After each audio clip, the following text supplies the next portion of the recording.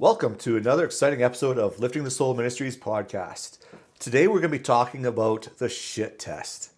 Now, I know we've all been there where we're in this moment in our relationship, and all of a sudden, out of left field comes this emotional tirade from our significant other. And what is this all about? Well, that's what we're going to be talking about today. We're going to be talking about what is that actual test, what is happening in the woman's mind as this goes on, why they oftentimes do it, what it looks like to not pass the test, and even what we could do to move through it and build a resilient relationship through these episodes. So, Jason, it's always great to be here with you, and yeah, let's dig into this. Absolutely. So this is an episode that I was actually really looking forward to, because this is something that men really need to understand. I mean, it is imperative that they understand this, exactly what the shit test is and what it implies for men in particular. And just bear with me, I'm trying to get my screens. There we go. Um, so what's going on here is the idea of the shit test is that what she wants to do is she wants to make sure that you are solid.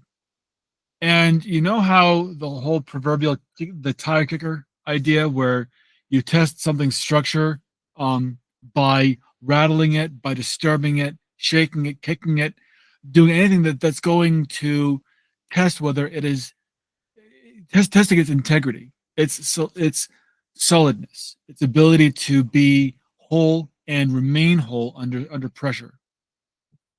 That's exactly what the shit test is. This is a desire to test a man's groundedness, his masculine strength, and his emotional fitness. And it really isn't malicious. There's nothing wrong with this. However, we as men tend to feel targeted or tend to feel victimized by this. And it is the exact wrong reaction to have because we believe that she is um, she's attacking us when really what she's doing is she's expressing her need for assurance. And assurance is one of the greatest assets that men can provide women is our ability to say, we got this. But we can't just say it, we have to prove it. So that's really what the shit test is all about. Is when she's going off the handle or when she's emotionally dysregulated, or when she's asking you 1,001 questions, or when she's disturbing the peace, what she's doing is making sure things are okay. And quite honestly, women don't appreciate peace the way that men do.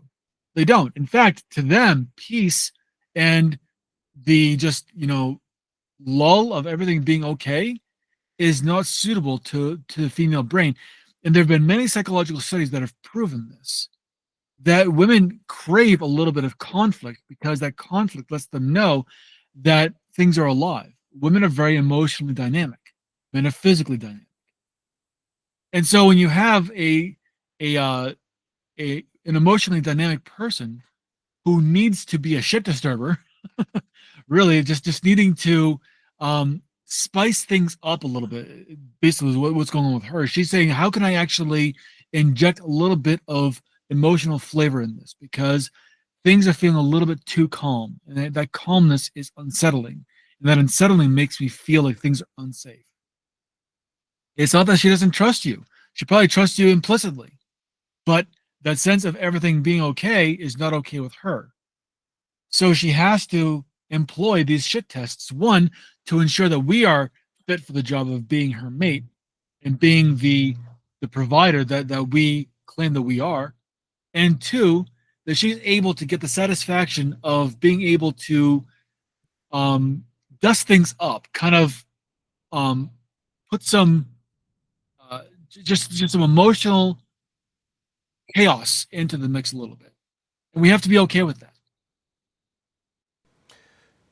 Yeah, you're so right there in what you were just saying about what's going on in the woman's mind. And oftentimes, as you said as well, like she's not often she there's many times she's not really aware of the fact that she's doing it. It's just something that is triggering within her. um, and it could be from various different things that have nothing to do with us at all, that are triggering these things as well. And so we got to be very mindful about that. And we also got to, like you said, not take it personally, which is something that I personally fell into that trap of so many times. And there, we also got to, I think, distinguish that there is a difference between these subconscious shit testing kind of things that happen and abusive behaviors where a woman is actually attacking you and stuff like that. There is a difference, and you will have to be able to discern that, when you are in the relationship and stuff like that. So that's something to be mindful about. But what we're wanting to focus on today is the actual what's happening in that shit test, and how we as men, you know, uh, be that centered, that groundedness that Jason was talking about for the woman in these times, so that we can strengthen the relationship as a result of how we handle it. So one thing that you had said there, I really want to laser in on, and that's the difference between the shit test and abuse. And I think this needs to actually be talked about. I know we don't actually have this in the notes, but you brought this up, and this is really, really important. So what's the difference? The difference is in the approach. If a woman is going to give you a shit test, she's going to inject emotional chaos that forces you to create a solution to a problem, that engages you emotionally, and that causes you to focus on what is happening in the moment. With abuse, what she is going to do is she's going to attack your character, she's going to create disrespect, and she's going to make you feel like you are less than the man that you are. And it doesn't even have to be true, just that she is wanting you to believe it. And I know I've said this before, but it bears saying again. What other people say about you doesn't matter who you are, man, woman, it doesn't matter. Where you come from, what your upbringing is, it doesn't matter at all. The one thing that you need to take away from this is that no matter what anybody says, it is just a suggestion until you believe it is true. The moment that you believe it is true, it becomes your reality. But if it's if it's just something that someone suggests, and you're like, no, that doesn't apply to me. It's just a suggestion. And suggestions are like assholes. Everyone has one, and they all stink. Until you make it real. The moment that you decide that their suggestion is your reality, it becomes your reality. So understand that you have a lot of power in what other people think about you. And if someone is going to be abusive, it's important to understand, ask these questions to understand if they are being abusive. Are they attacking my character? Are they attacking my masculinity? Are they attacking my ability to, are they attacking my respect? Are they attacking my attention? Are they withholding from me the things that I normally receive as a partner, spouse, what have you? If the answer to any or all of those is yes, then yeah, you are in an abusive relationship. If the answer is no, she's probably just being a woman and just giving you a shit test. And you know what? Shit tests are okay. So now that I've gone off that tangent, and I thought it was pretty necessary, I really want to go through a story that, two stories actually. One where I failed a shit test spectacularly, and one where I passed it with flying colors. And I think that a lot of men will really align with the first one. So in my first marriage, my wife was my ex-wife now. She was very much an emotional person. She needed a lot of assurance. And I took it as though, oh my God, she's looking at me to be her parent, and I can't stand that. And so I took it personally, and then I lashed out on my own. I stepped out of the relationship feeling that I was justified because I was being disrespected. I wasn't being disrespected. All that was happening was that she was giving me a shit test. Are you the kind of person who, when I bring up these kind of problems, you're going to stay grounded and you're going to find a solution? I was also very immature back then. When I got married, I think 23, and I did not have a very good idea of who I was or how to really interact with anybody, let alone my spouse. So I destroyed that relationship because I made a decision that forever changed that relationship. And the way that she responded to that was she became abusive. It wasn't abusive before, but my disrespect to her and to the relationship created the abusive interaction where I was like, no, I can't deal with this anymore. So again, I kind of failed it on two fronts. One, I failed to recognize that she was just giving me a shit test. And two, I failed because I was unwilling to make the changes necessary in order to take it from abusive to something that could be um, that could be repaired. Only person I can blame for that is me. Yes, she had her part in that as well, but I can't control what she does or says. All that I can control are the way that is the way that I interacted with that situation. The second way was with my current wife. My my second marriage, which has been so much better. It's such a better relationship because I'm so much older.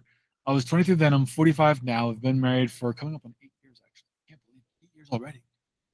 And she is one to. She's the epitome of the shit test, and she does it like a classic woman would. She creates a problem. I create a solution. She exacerbates the problem by bringing up a lot of emotional uppityness, and then I kind of have to say, "What are you doing? What's going on here? What is it you want to achieve from this?" And then we talk about it, and it becomes a really great discussion. And this is the so I kind of demonstrated the right way and the wrong way to deal with the shit test. The wrong way is to feel like you are being attacked when there is no attack happening. The right way is to really figure out what the core issue is and how you can both create a solution. Yeah, Jason, I really appreciate those stories you shared because, you know, I, I, I could probably tell you more stories of where I failed those tests more often than passed them. And you're like yourself. My marriage. I was 24 when we got married. We were already pregnant with our first daughter. I should say my wife was already pregnant with our first daughter, not we. but obviously there's a lot of emotional turmoil that the woman goes through with hormones and all that sort of stuff in that process as well. And everything that she was bringing up during the early stages of our marriage was more through hormones and being pregnant and going through all of that. And I took everything so personally in all of that, and it really started changing the tone of our relationship because I wasn't emotionally mature enough to understand. There was a part of me that said, "Yeah, okay, it's just the hormones, it's just this," but I have to take responsibility for the fact that I also was saying it's all about me. There's something wrong with me. There's things that I'm not doing right, and all this sort of stuff that's causing all this stuff, and that led to, 20 plus years of me continuing on that cycle of not handling situations properly because then I made it all about me and my woundedness and stuff like that. And so that's where I got to take responsibility for it because the more I fell back into that weak version of myself, the more aggressive she got because she wanted to have me stand up and be more grounded and stuff like that. And I just kept failing and kept failing. And there was very few times that I can remember, to be honest with you, that where I did actually pass the test and end up into solid, grounded conversations because it often led to avoidance in our relationship. And that's where it ultimately deteriorated because I kept avoiding the conflict instead of stepping into it. And that's something really important to bring up. And I've coached many men who deal with the same thing. A lot of them are people pleasers. They have this desire to avoid conflict, but through avoiding conflict, you also avoid resolution. And if you're avoiding resolution, you're avoiding the demonstration of your capabilities as a man, which are really important. And this is for anyone who has this kind of avoidant personality. Another extreme is aggressiveness, and so you got appeasing, and you got aggressiveness, and both of these behaviors they are avoiding assertiveness. So when I talk to men, I talk to men using two models of behavior. One is called SHADE, the other one is called TRACE, and they're both acronyms. So SHADE stands for secretive, hollow, avoidant, divisive, and evasive. And the avoidant piece is acting either as an appeaser or as an aggressor.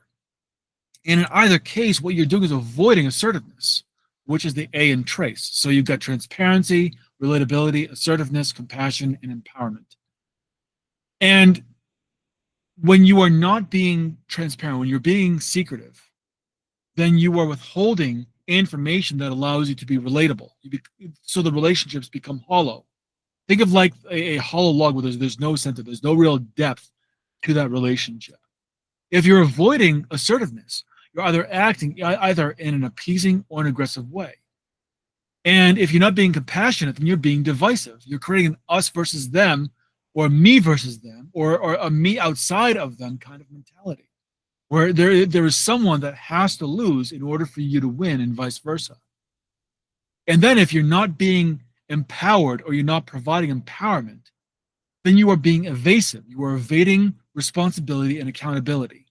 You're evading the things that actually let people know that you are someone that can be relied upon, that others can actually be inspired by. And it becomes this choice of, do you want people to see you in a light as a leader, or do you want people to see you in the light as a schmuck? Is what it comes down to. And I've been a schmuck for way too long in the past to want to ever do that again. And that's kind of one of the reasons why we do this podcast, is so that you aren't a schmuck. We should call this the anti-schmuck podcast. Don't be a schmuck. But honestly, we need to talk about why women do this, why women have this kind of behavior. So I talked about how women have this need to really provide the emotional chaos. But the emotional chaos that she's providing is more of a test run. It's like a fire drill. It isn't the actual shit that hits the fan, so to speak.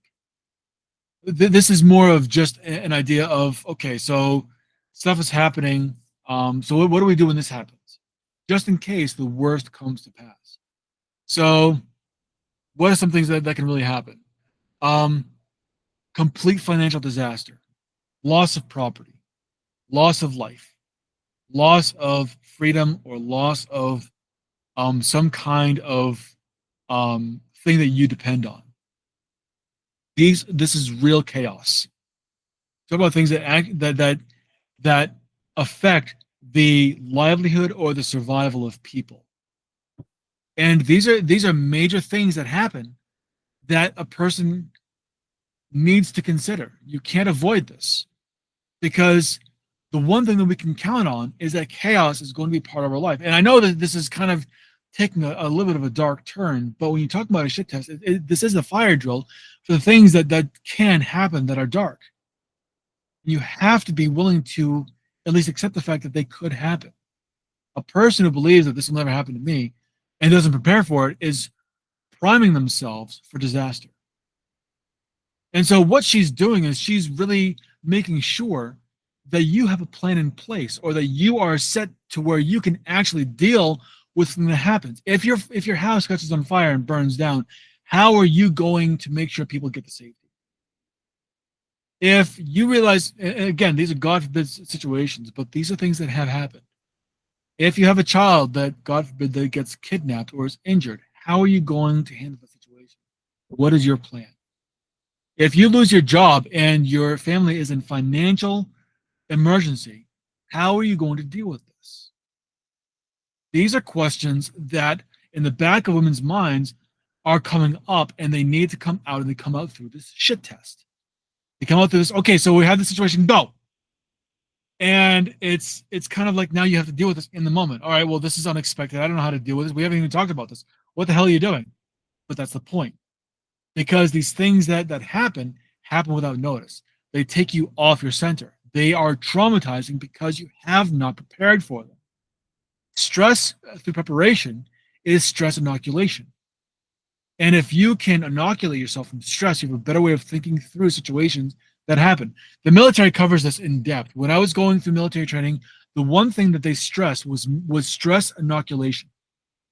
The ability to familiarize yourself with bad situations in order to be able to think and move in a competent way when the bad stuff actually happens. Preparing for a bad situation, so when it does happen, in the military, bad stuff is combat. Combat is almost guaranteed when you are in the military. Being able to prepare for combat and take actions in combat without freezing up or putting others at risk because of your inaction. And that's kind of what your significant other is doing. When she is providing these shit tests, she is looking for you to say, okay, these are some possible situations, or this is what if this happens? What if this happens? And if you're like, well, what if the sky falls? What the hell are you talking about? That's not helpful, because she's trying to make sure that you are prepared for whatever happens. If you think about it, she's actually providing you the drills necessary to prepare for life's events. And this becomes really serious, and it becomes a necessary component in relationships, because you have to be okay with considering the fact that bad things can happen, because bad things do happen. They happen to good people because we are alive. Bad shit happens, and you have to be okay with that. There's no rhyme or reason. It just happens, whether it because of someone or something, natural disaster, or a person who wants to be malicious. Either way, bad things happen. It has to be considered. And the sooner that you're willing to consider it, and the sooner you're willing to actually understand that your wife is being a helpful influence by helping you prepare for what might happen, the better off your relationship is going to be.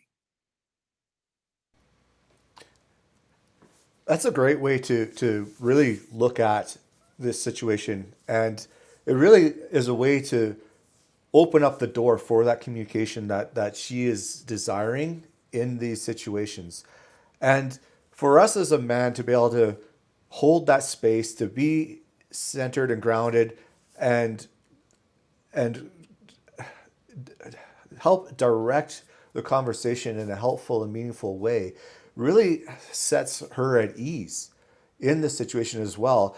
And actually, to be honest with you, the more you go through this with her and the more she becomes at ease, the less these tests happen, because she begins to start to feel confident in the relationship. She starts to feel confident in your leadership, and she starts to feel secure that, you know, when these things do happen, or if they do happen, or whatever, that together the two of you will be able to work through it in some way, and she's not going to feel stranded or left alone to fend for herself in these situations. And so I really liked how you put in there too, like your experience from the military, and how they trained you to, you know, to how to work through stressful situations. Because I mean, you want to talk about ultimate stressful situations, that would be in a high conflict situation, in a war zone, right? Like there's bullets flying, there's bombs going, there's all sorts of stuff that could be happening at any given moment. And for you to be able to maintain a sense of composure so that you can think through the situation in real time and not lose yourself in it is crucial in those moments. And it's the same with your relationship with your wife and your spouse or significant other. Is there's going to be flare-ups. It's they're two human. You're two human beings. You have different things going on in your lives, and you both have emotions, and there's going to be these flare-ups, and so the way that we as men can learn to have that presence, that peace of mind, even with when things aren't necessarily perfectly great for us, right? Because I honestly believe that we as men need to be able to feel our emotions and be emotionally intelligent in our world as well. But even in those times, that we're not going to fully lose ourselves in those emotions, so that we can keep that sense of stability in the home for our wife and our partners. Yeah, and that becomes a crucial identifier. The moment that you understand that the things that your wife does, it really is for the betterment of preparation. And you see her actions as being something that is more helping than it is being of a distraction or being something that's just mainly to cause trouble. The moment you can see her actions as being ultimately helpful, that's the moment then you really key into her and she feels like she is seen, like she is um, paid attention to. And that is a really important component. And the reason why this is so important is because she actually does measure whether you pass or fail these tests, and they have real consequences. Now, as men, as we're like, oh, I don't have time for this. Oh, come on, why are you talking about this? This is so stupid. Uh, huh? Why are you questioning me? I'm actually going. I know that I'm going the right way. Or even saying, okay, whatever you want. Or if you're dismissing the conversation, saying I'm done with this. What you're doing is you are signaling to her that you don't have everything under control. Because whether you're getting defensive or angry by saying, how dare you question me, or I've got this, there's nothing to worry about, this isn't your lane, let me deal with this. Or if you're collapsing into people pleasing by saying whatever it is that you want, or you are either stonewalling or withdrawing by saying, I'm done talking about this, you're signaling three very important signals to her, and that she's picking up on that she does not like. That you are weak, that you are insecure, and you are unstable. Which is funny because men constantly say that women are unstable. But in the moment of you not wanting to deal with this, you demonstrate that you are unstable. And the demonstration is really powerful. I really want to make this as plain as possible. When you when you demonstrate that you are either weak, insecure, or unstable, there's a loss of respect, there's a loss of attraction, and there's a loss of emotional trust. And this is why women act the way they do. They don't trust you, they don't respect you, and they want to make you forgettable. Being forgettable is one of the worst things that you can be because it means you're not memorable. If you are memorable, it's because there's nothing about you that stands out that other people can really look to saying that this is someone who inspires me. It's a bad place to be, especially for men, because men are supposed to lead. Now, every time that you lose one of these things, you plant that seed of doubt of, is this really the person I'm supposed to be with? Did I make a mistake by putting my trust behind this person? Am I not where I'm supposed to be? And this is where now the gremlins start to come in, and she begins to make plans based on her lack of attractiveness to you and lack of faith in you as her spouse, as her partner, as her significant other, whatever it might be. But when you pass these tests, when you show that you are willing to accommodate her chaos and you are willing to play into the part and you're willing to demonstrate to her that, yes, you're not only someone who's got it, but you are demonstrating that you are strong, you are secure, and you are stable. That's a panty dropper every single time. She's going to be more devoted to you than anyone else. She will never look at another man because she knows that you are the person that she can rely on. Yeah, you bring up a lot of great points there, Jason. And getting back to this idea of the failing the tests and stuff like that, and planting those seeds of doubt. Yeah, like I mentioned earlier, every relationship is going to have conflict at some point in time in the relationship, and some tend to be more than others. And if you're in a very high conflict relationship, that might be something that you might consider looking at am I failing these shit tests? And is it me failing these shit tests by, like you said, getting defensive or angry, or collapsing and being people pleasing, or withdrawing? Like for myself, I honestly, I mean, I wasn't so much in the angry side, but definitely more the defensive, people pleasing, and withdrawing was you know oftentimes when the conflict rose, I shared before in other podcasts that we've done, where I would literally just go blank, and I would just completely shut down emotionally, and that didn't help the situation. It didn't help it at all, and that created that instability because I wasn't stable in the relationship. It created that insecurity in my wife, thinking, okay, what's going on here? Like she just there was she couldn't feel safe in the relationship because I couldn't bring anything of sound strength or leadership into the relationship, and so the more that happened, the more doubt in her mind happened, the more control she wanted to have in the relationship because she felt that she had to be in charge of everything because, well, he's not going to lead, he's not going to step up because every time there's a raise in conflict, he shuts down. So I've got to take control, and so I recognize that, and I recognize my part in that, and then and again, this podcast isn't about putting blame on the woman and stuff like that. It's all about taking responsibility as men for the roles that we play. And we hope that any women listening to this, that they would take a look and take responsibility for their part as well. Because in a relationship, there's always two sides, and both people have to take responsibility for their part in it. And but yeah, like, so it's really important to, if you're in this position where you find yourself, where you've been constantly failing these shit tests, well, it doesn't have to continue to be that way.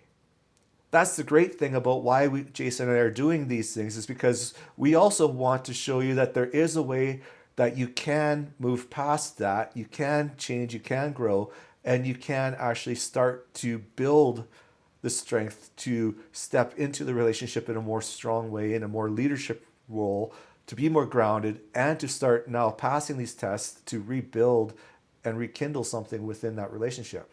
It's going to take a while, especially if you've been in the situation like I was, where for years and years and years and years, I just kept showing my weakness. It's going to take a while of you being consistent in the new way of showing up in the relationship for her to gain that trust, to get to that point. But it is possible. And so, yeah, like what does it look like to pass the shit test? Let's start talking about some of that, Jason. Absolutely. And it, when you are looking to rebuild a relationship and you are starting here, if you're starting at this point where you are demonstrating that you are strong, that you are secure, and you are stable, it does take time, because she's developed in her mind that there's a pattern of behavior that already existed that you are going to be identified as. And so you have to first change her mind that the person you were is no longer the person you are. It takes consistency. It takes discipline. In fact, discipline is one of the core tenets of leadership. 3 core tenets of leadership: composure, confidence, and discipline. And if you can exude those, and you can show that you are someone who can demonstrate that you are strong, that you are stable, and that you are secure emotionally, and secure in maturity, then yeah, you can begin to pass the shit tests. So there's some rules that basically just 3 rules that you need to understand and really incorporate into your life in order to pass the shit test. The first one is to stay grounded and calm no matter what. Even if behind it's like, oh my god, I want to strangle her, because she's making you feel so just frustrated, because she's disturbing your peace. Honestly, don't let it show. Allow the under below the surface, like a duck. Above the surface, the duck looks serene. Underneath the surface, those legs are kicking. So allow that to be the same underneath the surface, inside, your emotions are kicking. But on the outside, to the forward-facing world, you are calm and you are composed because you know you've got this. It doesn't feel comfortable, but you've got this. Next, you want to understand the difference between response and reaction. A reaction is something that is knee jerk and that you don't really think about, that just kind of happens. What we call habit, and it just kind of becomes this emotional thing that makes you feel like you are not safe in that moment, and so you react to the feeling of not being safe.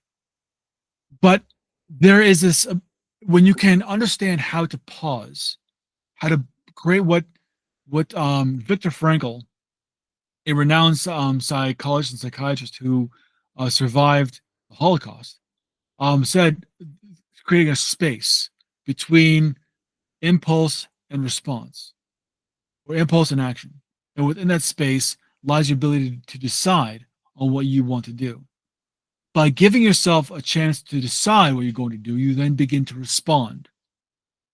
And making the responses short and clear, especially if you can begin asking questions.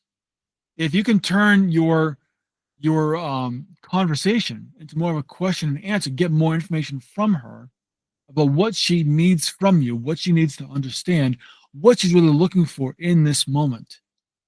It makes you a lot better able to deal with the situation. It gives you the tools necessary to create the solutions you're looking for. And then number 3, hold your frame. And what I mean by this is understand that your worth, your decisions, and your emotions are not up for negotiation. You are not going to sacrifice your worth. You have a boundary of what you will and you will not do. Your decisions are going to be what is done, and you are not going to sacrifice your own personal emotional peace for the situation. You're not going to give that up. You're not going to stoop to the level of chaos, because that shows weakness. Instead, you're going to deal with this from a place of strength. Deal with this from a place of you have solutions. The solutions are what you're going to implement, and she is going to follow, because this is the only thing you're going to do. And this becomes a dance that both men and women enter in, as she gives you a bit of chaos, emotional chaos. You recognize it for what it is. Oh, okay, this is another test. Got it. And then you go from there. And then if she goes and decides to go further by maybe, I don't know, providing a sarcastic jab or some kind of cynical remark, instead of getting defensive, just make a remark like, "Damn, you're feisty today," or something similar, something that kind of calls out the behavior without calling her out. Because if you call her out, that's just going to lead to more chaos that eventually devolves into abuse. And we want to stay away from abuse. What we want to do is we want to keep this in the realm of creating solutions. One of the best ways to do that is to see this as a game and treat it as play. When you can play within a situation, you realize that there are no winners and there are no losers. There are just people who want to achieve an outcome. And that outcome is not dependent on someone winning and someone else losing. What it means is that you can look at this and then say, okay, what are the rules of the game? How do we win? How can we win together? And then turn it into a game. I know that some people might say, well, that's what I do with a child. Yeah. and I don't mean to disparage women here, but you kind of have to with your spouse. You kind of have to do it at this level, because this is the level they are playing at, or this is the level that they are interacting with you at. Yes, there is a level of rational immaturity that exists here, but that's because she is so emotionally charged. She has a nurturing bit about her that has to be honored, because it makes up 80% of who she is. And the more you honor that, the better off that she is at being able to see you for who you are, deal with these things in a more productive way. And then honor the game as you play it consistently, knowing that yes, this is going to turn into a game, and being okay with that, because that's kind of how you framed it. I like how you said that playing a game. I another fellow that I've been coached by, mentored many years ago. He used to say to his wife, "Oh, I see the grouchy dinosaurs coming out today," and it's just kind of a playful way of acknowledging the fact that she is in whatever mood she's in, but also still engaging her in a playful way that could disarm her a little bit. You really got to be like Jason said. It's got to be something playful, but also at the same time, you don't want to be dismissive in how you present it and stuff like that. Because if you present it in a dismissive way, then she's gonna go like, "I'm not being heard. He's ignoring me. He's trying to avoid the situation." And that's not what we want. What Jason's talking about being playful with it is and stuff like that is you're wanting to engage to draw her out so that you can, you know, bridge that gap between the high emotional regulation to some place where you can have a conversation and build from there. And yeah, because it doesn't have to be a tense situation. And I mean, obviously there's going to be, you do want to bring it to some seriousness as well in there, but at the same token, there are some ways that you can playfully diffuse it as well that will help in what we're talking about passing these tests, right? Because that also is like putting up a shield, right? And it deflects the arrows that are coming your way, right? And stuff like that. And that's what the shield is for. It's to deflect things. It's not there to be a barrier, it's to deflect. And so, being playful like that is kind of how you can bridge that gap and really start to engage in that conversation. And really, the idea of the seriousness or tenseness of the situation, it becomes as serious or as tense as you decide that it's going to be. She brings you the situation. You decide the context on which it's engaged in. She doesn't decide that, you do. And the moment that you decide that this is going to be okay, we're just going to talk about this. We're going to either turn this into a game, or we're just going to go through the motions and we're going to see how this plays out. And we're just going to, keep it light. We're not going to take the bait because we know what's going on. Versus, oh my God, I can't deal with this again. And then snapping at her and not, or being dismissive and disengaging or whatever. The difference between that is going to be the difference of how she sees you being confident, how she sees you being weak, really. Because these are shit tests. Anytime she engages in this kind of activity, it's a shit test. And the more you're able to recognize this, the more you're able to deal with it in the most appropriate way, which is to see it for exactly what it is. And another thing that's just coming to my mind as I was thinking about this too, another thing that has been, especially in today's world, I actually don't even have my cell phone here with me, but our cell phones are a huge hindrance in when it comes to conversations and stuff like that. So when we're in this situation and you're wanting to be the leader, put away the phone, engage in the conversation. Don't be distracted by things going on. Even go so far as say, you know what, I'm going to take a moment. I'm going to turn off all my notifications because you're more important to me than the things beeping on my phone. This also shows that, hey, you know what you're bringing to me is important. You're more valuable to me than what's going on my phone or other parts of my life. And we can actually, that shows that you're willing to engage and willing to really hone in on what's happening. And this will also help to diffuse the situation as well. Because if she's thinking you're going to be distracted by your phone or other device and stuff like that, yeah, that can be a problem too. And it's important to understand that throughout this entire process, it isn't the fact of whether someone wins or loses. The test isn't about whether you win. The goal of the game isn't to win. The goal of the game is to stay steady. Can she rock the boat and you stay balanced? Can she throw you all kinds of curveballs and you hit them out of the park? And you do so without getting flustered or without getting annoyed or angry or taking it out where it doesn't need to be taken out on. You maintain that sense of composure. You maintain that confidence.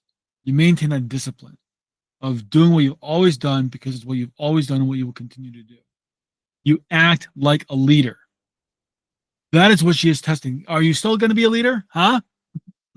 And then testing that and watching how you respond or react or don't to that test. Yeah, that's really important to really fully understand that. And this is something that, you know, it needs to be done daily in the sense of how you are building your relationship with your wife. And a lot of people call this like the emotional bank account, where you are putting in deposits into the relational bank account and the emotional bank account of your spouse every single day by doing things that show that you're there, that you're responding to her, you're leading, you're paying attention to what she has to say and stuff like that, and you and also yeah, like you said, you know, you're responding to her versus reacting to her all the time, and all these things help, like we said earlier, build and add into that emotional bank account that will help to lessen the frequency of these tests over time and will ultimately end up in rekindling the relationship for the long time, or potentially rekindling the relationship over time. And that is the goal of this process, to either maintain the strength of the relationship or to rebuild the strength of that relationship.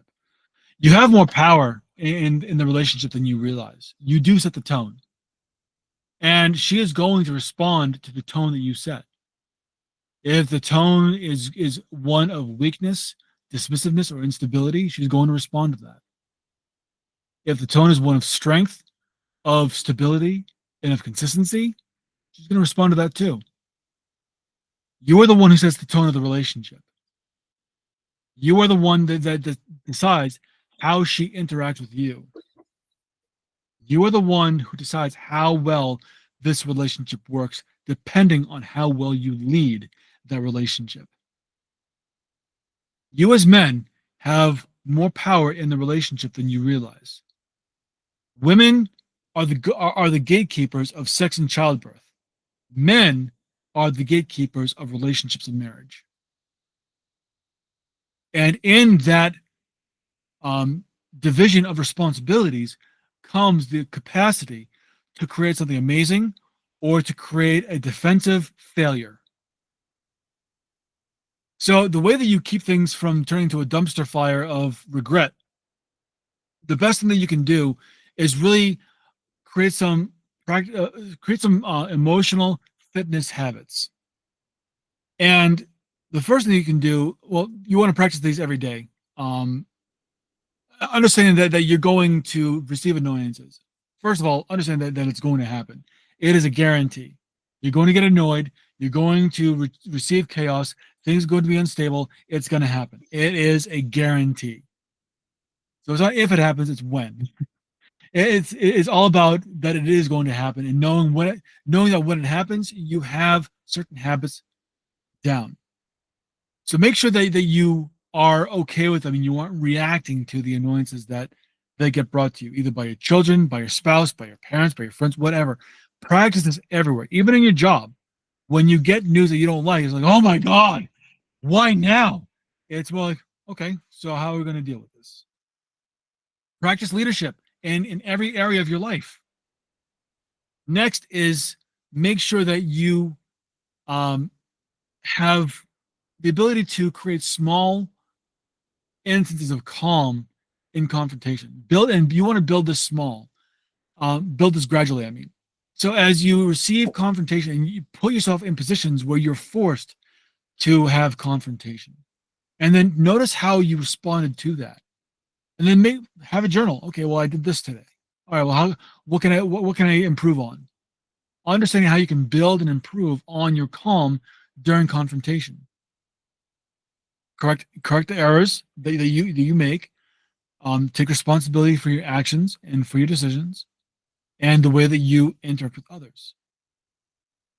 And finally, make sure you are comfortable in silence. Silence is one of the greatest skills that you can create for yourself and for others. For yourself, the silence and stillness creates a sense of connection with yourself, where you can really begin to understand what inspires you and how you can inspire yourself and others. With others, it really gives you a lot of negotiating power. As you are silent, it lets people know that you are not going to be baited, first of all. Second of all, it lets other people know that you are in control of the situation.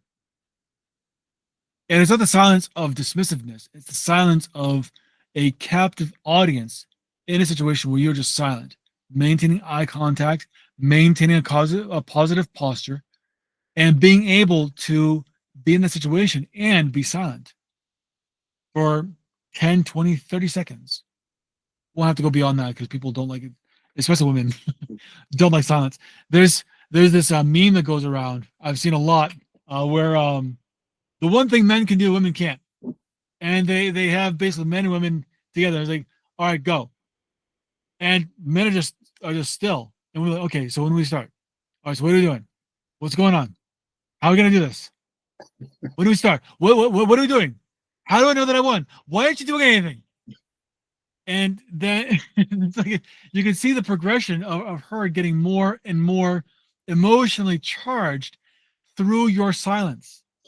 Your silence is a tool, be a weapon. I don't recommend using it as a weapon, but it could be a tool where you're able to get your voice heard by saying nothing. Utilize it more often. I love those short little video clips. I've seen them too, and they're just absolutely hilarious. Seeing the lady get worked up, and the guy's just kind of holding his composure, and shrugging his shoulder, and just a little smirk on his face. It's fun to watch those. Another great way is to be proactive in the conversations. If you sense something's building up tension wise or something like that in the relationship, address it head on, right? And that gives you the opportunity to bring that calm confrontation that Jason was talking about in a few moments ago. Because if you address it head on proactively, then it gives you the chance to diffuse it before it becomes a bomb. And this also then shows your wife, your spouse, that you are capable of addressing things and not waiting for it to become chaos, right? And that gives her a sense of stability, because there's a chance that she's already sensing that things are building up as well, and she just is waiting for you to say something, or waiting till it gets out of hand where she's like, okay, I just got to deal with this, like whatever. And that's when I say the bomb comes. So if you're sensing something is building up, be proactive. That will help huge in this situation as well. Well, Jason, we've had a great conversation here. We've covered a lot of ground. This has been We really have. and uh, and there's so much to take out of today's what we talked about today.